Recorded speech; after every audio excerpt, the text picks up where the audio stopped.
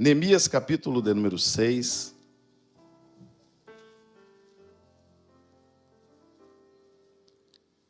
Versículos de número 15 e 16. Glória a Deus. Assim, pois, terminaram o muro no 25º dia do mês de Elu, em 52 dias. E sucedeu que, tendo ouvido todos os nossos inimigos e todos os gentios que estavam em volta de nós, eles temeram, se abateram no seu próprio conceito e reconheceram que foi Deus quem fez esta obra. Repita bem alto comigo: foi Deus quem fez esta obra. Mais uma vez. Pode se assentar, meus irmãos. Achei essa xícara muito chique, vou tomar um pouco dessa água. Meus queridos irmãos, vou contar para vocês a história de um homem muito insistente, muito perseverante. Neemias estava entre os cativos de Judá, em um cativeiro que já durava 70 anos. E todos que estavam no cativeiro, eu não vou parar para falar disso, muito tempo, mas todos que estavam no cativeiro tinham uma vontade, uma lembrança, um desejo. Se os irmãos lerem o Salmo 137, lá fala que eles assentavam à margem do rio e lembrava de Sião. A saudade de Jerusalém era muito grande. Havia uma promessa de restauração para Jerusalém. Certo é que Neemias estava na fortaleza de Suzã, servindo ao rei, mas ele era cativo. Neemias era cativo. O que Neemias era? Como um cativo de Judá, ele tinha um desejo de voltar a Jerusalém, de ver a reconstrução da cidade. Jerusalém tinha as portas queimadas, os muros fendidos, o povo na miséria, e a cidade estava demolida, destruída, devastada. Mas Neemias estava entre aqueles que tinham a esperança que Deus restauraria a sorte do seu povo. E agora, Neemias um dia estava trabalhando, porque Neemias era copeiro do rei. Guarda esta frase. O que Neemias era? Copeiro do rei. E uma das funções mais importantes do copeiro do rei era entregar o vinho todos os dias na mão do rei, porque vinho na Bíblia representa alegria. O que o vinho representa? Então imagina os irmãos, o Neemias é copeiro do rei, ele trabalha no palácio lá da Babilônia, ele está servindo o rei, e a Bíblia diz que agora ele recebe a visita de um de seus irmãos, um irmão chamado Anani, e Neemias pergunta para ele: como está Jerusalém? Porque o Anani está vindo de Jerusalém. Como está Jerusalém? O Anani dá uma notícia ruim para Neemias. Diz: olha, Jerusalém ainda está mal. Jerusalém está destruída, os muros fendidos, as portas queimadas a fogo. Quem está na cidade está na miséria. E o texto diz: e Neemias muito se entristeceu. Eu gosto que os irmãos repitam para gravar, depois você não esquece mais. Neemias muito, mas ele tinha uma função. Qual que era a função de Neemias? E o copeiro do rei fazia o quê? Servia ao rei. Então Neemias aquele dia foi para o trabalho, mas foi triste. Neemias estava muito triste. Ele estava em jejum, em oração por Jerusalém. E ele foi servir ao rei, mas ele estava muito triste. Ele estava tão triste aquele dia que a tristeza saiu do coração e veio para a face. O rei viu que ele estava triste. E eu vou colocar uma vírgula aqui para falar sobre uma lição que Neemias nos ensina aqui. Esse negócio de dizer: eu não fui para o culto porque eu estava triste. Hoje eu não fiquei de pé para cantar porque eu estava triste. Hoje eu não levantei a mão para dar glória a Deus. Então quer dizer que você não sabe servir quando está triste. Você tem que estar alegre, você tem que estar feliz para cantar. Você tem que estar feliz para dar glória a Deus. Neemias estava triste, mas ele tinha uma função. E qual que era a função dele? Então para servir ao rei não precisa de alegria de coração. Não. Para servir ao rei não precisa de felicidade.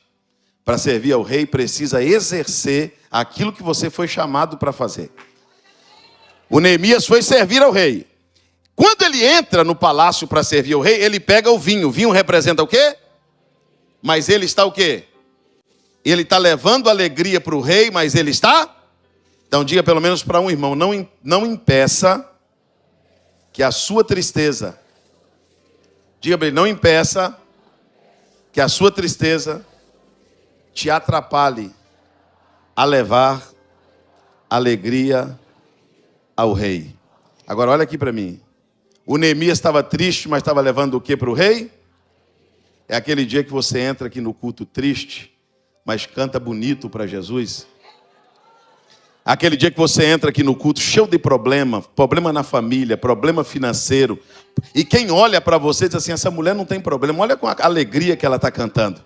Olha como ela está dizendo glória a Deus. Olha o aleluia dessa irmã. Não, vamos fazer o seguinte. Vamos dar vinho ao rei aqui essa noite. Levante as duas mãos aos céus.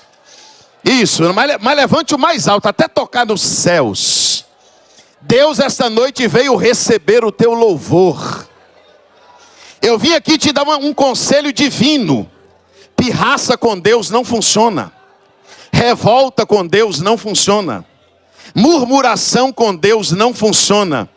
Você pode estar triste, angustiado, devendo, endividado, deprimido, ansioso, mas quando chegar na presença de Deus, leve alegria ao rei.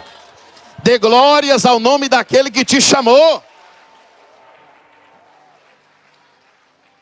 Agora olha quem é o rei. Eu vou chegar lá, paciência.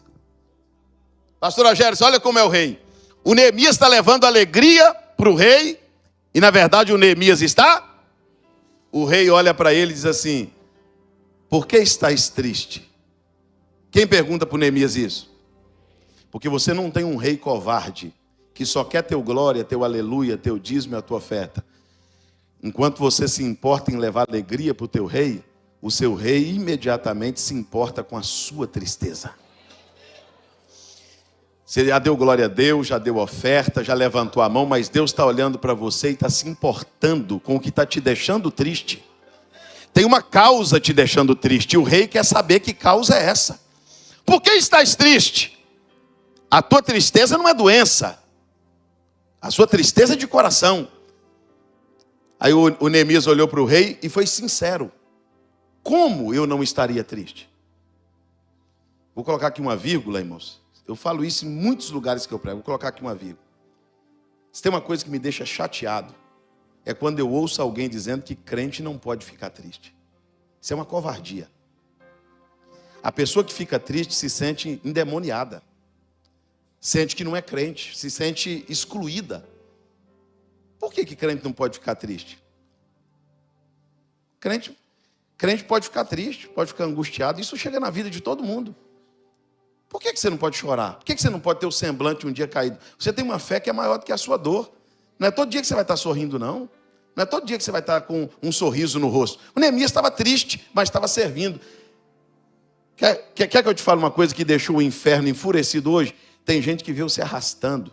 Tem gente que veio chorando no volante do carro. Tem gente que veio com o semblante caído. Mas quando chegou por aquelas portas, entrou e alguém disse assim, o que você veio fazer no culto se você está tão triste, tão angustiada, tão deprimida? Eu vim servir meu rei. Eu vim dar glória àquele que salvou a minha alma. Você pode levantar a tua mão e dar um glória bem bonito para Jesus?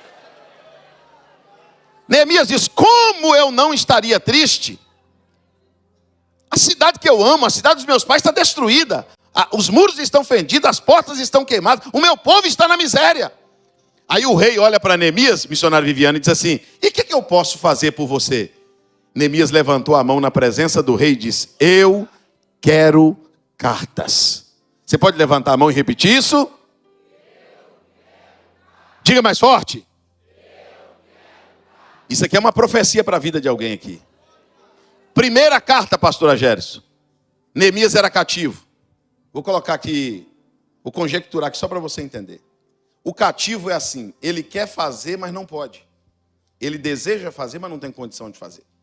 Vou dar um exemplo. Quantos filhos têm vontade de dar uma vida melhor para os pais?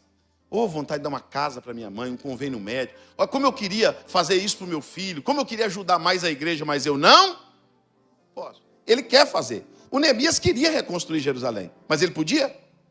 O Neemias queria ir a Jerusalém, ele podia ir a Jerusalém? Não, ele é cativo. Ele não pode sair de dentro do limite do cativeiro. Ele sabia que tinha, da além do rio, os governadores, que era a fronteira. E lá na fronteira se cobra um documento que cobra até hoje na fronteira. Um documento de passagem.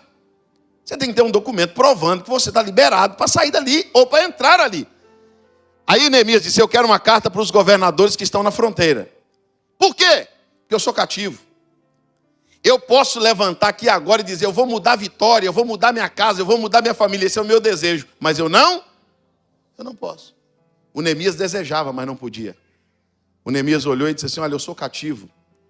Eles vão me barrar lá na fronteira. Quando eu tentar passar, eles vão me segurar. Quando eu tentar passar, eles vão fechar a porta. Mas eu queria que o Senhor me desse uma carta liberando a minha passagem. Porque a minha assinatura eles não respeitam, mas a do Senhor não tem como não respeitar. Você consegue levantar comigo as duas mãos aos céus que eu vou profetizar um negócio aqui. Sabe aquela fronteira que te segurava? Sabe aquela porta que não abria? Sabe aquele negócio que você tinha vontade de fazer, mas não podia? Você queria, mas não tinha condição? O rei hoje está com a caneta assinando uma carta. E esta carta vai liberar você entrar onde você não entrava.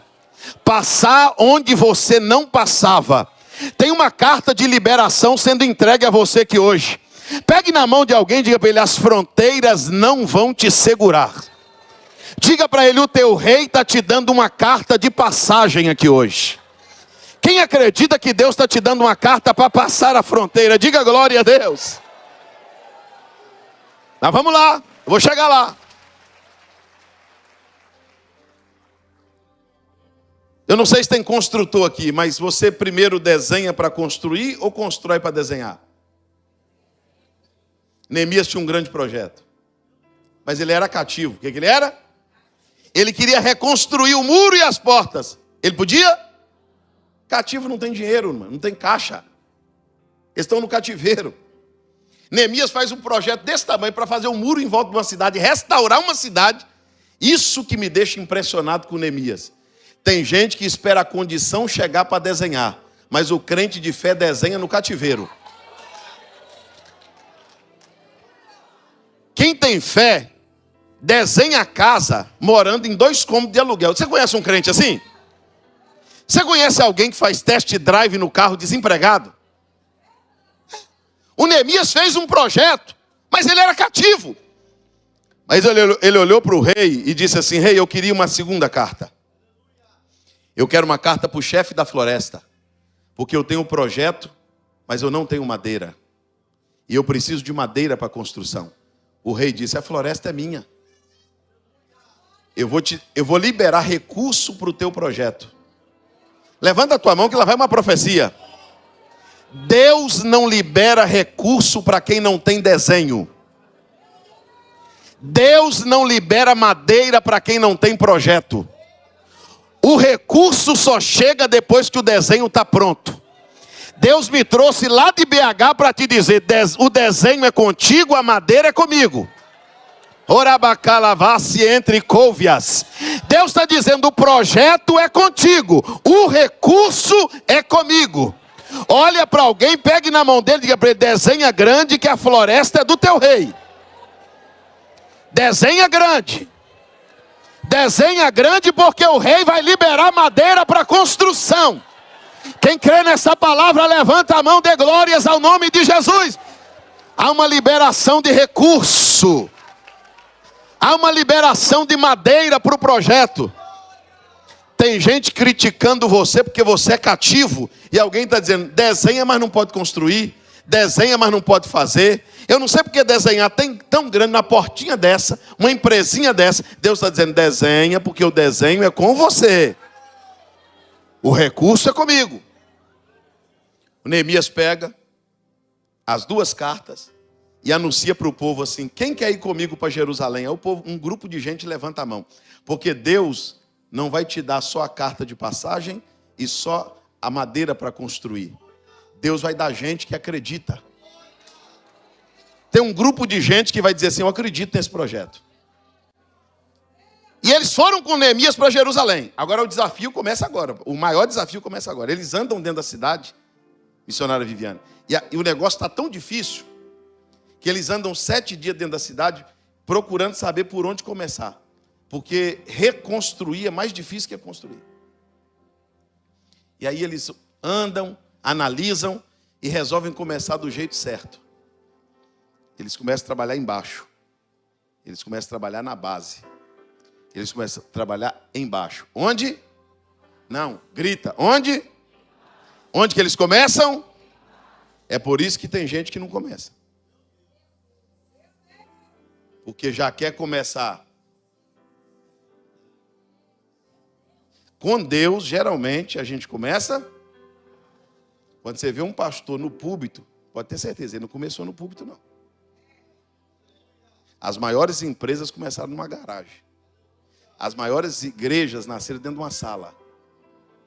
Tá? Dentro de uma garagem, dentro de um... É assim ou não é? Dentro de um salãozinho. Nada nasce grande assim. Eles começam embaixo. Quando eles começam embaixo, o inimigo vem. Até então o inimigo não estava indo lá. Porque o cenário era de ruína, ninguém estava fazendo nada, o inimigo deixou Jerusalém para lá. Quando eles foram e começaram, irmão, imagina, olha aqui para mim. Imagina um grupinho de gente querendo reconstruir um muro em volta de Vitória, com madeira doada, vindo do cativeiro e lá embaixo no buraco. A Bíblia diz que o inimigo veio. Não trouxe arma, não trouxe guerra, não veio para zombar. Olhou para baixo e a Bíblia diz que fez uma piada, pastor, com o povo, dizendo assim: o que fazem estes fracos? O que esses fracos estão fazendo? Até uma raposa que passar correndo vai jogar esse muro no chão. Fizeram uma piada com o trabalho e com o projeto de Neemias. Eu vou te dar um conselho que nunca mais você vai esquecer. Diga para alguém que está do teu lado assim: quer começar? Diga para ele assim: comece. Mas você vai ouvir piadas. Quando você começar, você vai ouvir alguém dizendo assim: ih, não termina não. É pouca gente para muito trabalho. Meu Deus, para que isso? Uma construção desse tamanho? Meu Deus, não, meu irmão, você tinha que diminuir esse negócio. Esse pouquinho de gente aí não consegue fazer não. É pouca, tem pouca madeira. Todas as vezes que você começar, você vai ouvir uma... Deixa eu te contar um testemunho aqui em 2 minutos. Eu aceitei Jesus no ano de 1996. Acho que foi isso. E eu fui para a igreja para tirar uma moça da igreja. E ela me levou para a igreja para me tirar da bebida e da droga. Eu tinha 17 anos de idade, para 18. E aí ela me levou no culto, eu cheguei no culto. Eu esqueci que tinha combinado com ela e eu fumei maconha e bebi antes para a igreja. Aí cheguei e falei: não vou prestar atenção em nada mesmo. Sentei lá atrás, fiquei lá ouvindo. Cabelo pintado de branco, cheio de brinco na orelha. E o pregador está lá pregando e eu comecei a prestar atenção. E eu disse assim: esse negócio é combinado, porque tudo que ele está falando bate com... Sabe que é? Mas só que aí eu percebi que sabe aquela coisa boa que só crente sente? Falei: meu Deus, olha que povo feliz, ninguém bebe, ninguém fuma maconha aqui. Povo alegre, um ambiente gostoso. Me deu vontade de ser crente. Do meu lado direito tinha um irmão feliz, me abraçou o culto todo, me incentivava, pegava na minha mão. E desse lado aqui tinha um irmão feio, carrancudo. E o irmão está lá: quem quer aceitar Jesus? Quem quer aceitar Jesus? Irmão, aqueles apelos, sabe aqueles apelos insistentes? Só tinha eu na igreja visitando. Irmão, tá, você não quer aceitar Jesus? Aí eu falei assim: rapaz, eu vou aceitar Jesus. E eu estava bem brisado, que eu tinha tomado cachaça, fumado maconha. Eu falei: mas antes de aceitar Jesus, eu vou perguntar. Em vez de eu perguntar para esse irmão aqui, o alegre, olhei para o irmão de cá e perguntei assim: ô irmão, eu queria aceitar Jesus, mas eu estou com medo, porque eu usei droga. Meu cabelo, a cor do meu cabelo, a situação que eu estou.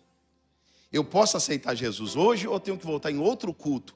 Ele olhou para mim com a cara fechada e falou assim: Jesus aceita qualquer porcaria.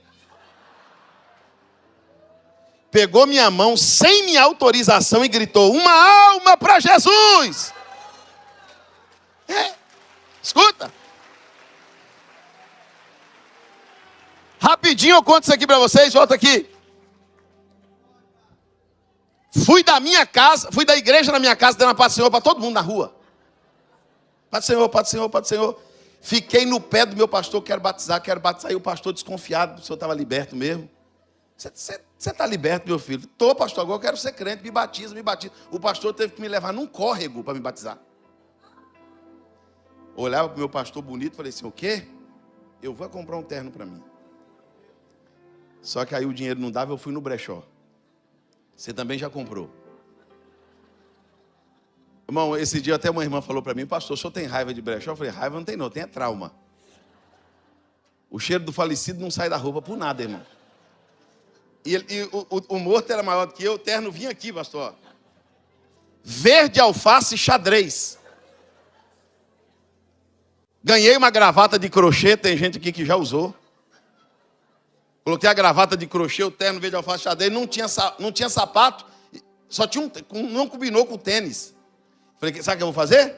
Eu vou colocar uma bota que eu tinha, eu coloquei uma bota zebu, marrom. Chegava mais cedo que todo mundo, aquele dia eu falei, hoje eu chego mais tarde. Para todo mundo ver que eu estou de terno. Uma igreja bonita igual essa.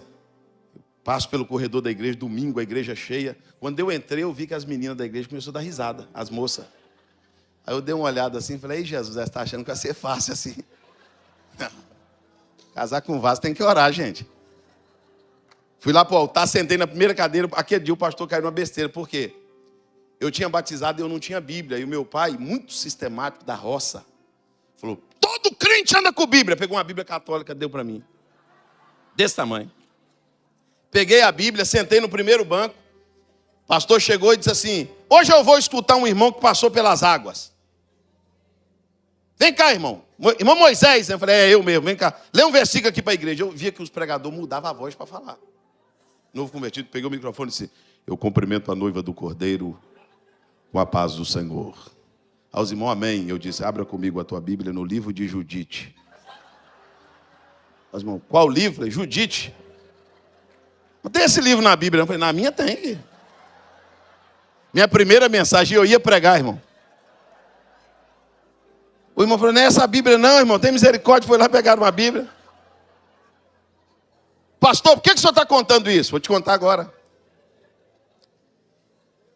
Meu pai era um homem alcoólatra. O meu avô era um homem alcoólatra. Meu irmão, o irmão acima de mim, viciado em crack.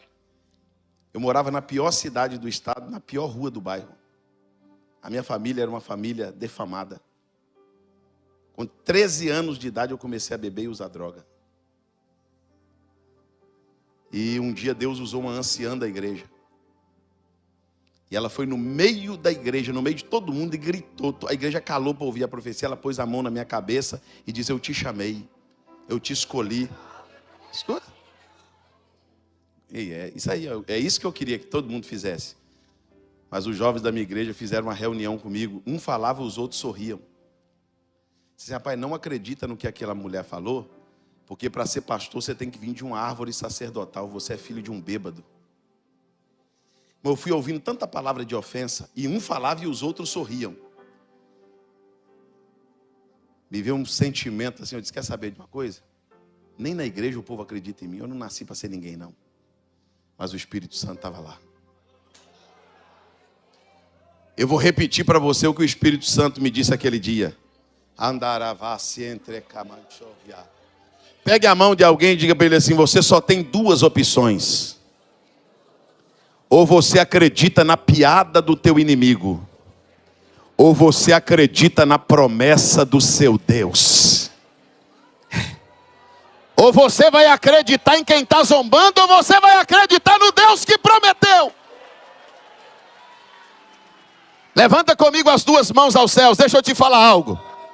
Sabe por que o diabo está fazendo piada com quem está começando, com Neemias, com o projeto de Deus? Porque o diabo só sabe fazer piada. Mas para cada piada que o diabo faz, é uma promessa que Deus também faz. Pegue na mão de alguém de novo e pergunta para ele, é piada ou é promessa que você acredita? Eles vão falar o que eles quiserem, eles vão dizer o que eles quiserem. Nós estamos firmados naquilo que Deus falou. Mas vamos lá. Primeiro, a piada veio para desmotivar. E quando você está desmotivado, você desiste.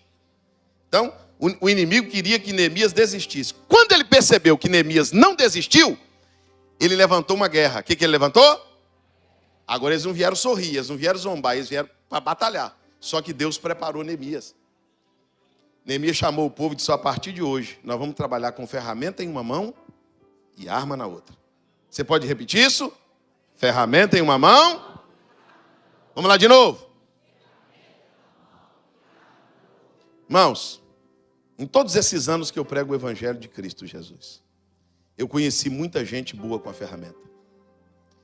Tem gente que canta como ninguém, prega como ninguém, ele é profissional como ninguém, ele é excelente no que faz. Onde ele põe a mão, seja na cantina, no trabalho, na diaconia, na empresa, na máquina, onde ele põe a mão, ele funciona, porque ele é bom com a ferramenta, ele tem habilidade com a ferramenta. Mas o inimigo descobriu que tem gente que é bom com a ferramenta, mas é péssimo com a arma. E o inimigo fez muita gente hábil, exímio, parar ou fugir, porque ele descobriu que a pessoa é bom de trabalho, mas é ruim de guerra.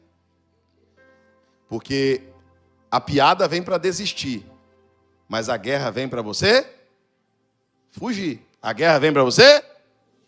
O inimigo, descobrindo isso, sabe que a esposa é uma boa esposa. Ele diz: eu levanto uma guerra dentro dessa casa e tiro ela daqui. Ela não aguenta a guerra. Eu levanto uma guerra, ela foge dessa casa. Eu levanto uma guerra na igreja, eu tiro ele da igreja, eu tiro ele do ministério. Eu levanto uma guerra nessa rua e faço ele mudar dessa rua. Eu levanto uma guerra na empresa e faço ele sair da empresa. E tem gente que o inimigo consegue, porque o inimigo descobriu que ele não suporta pressão.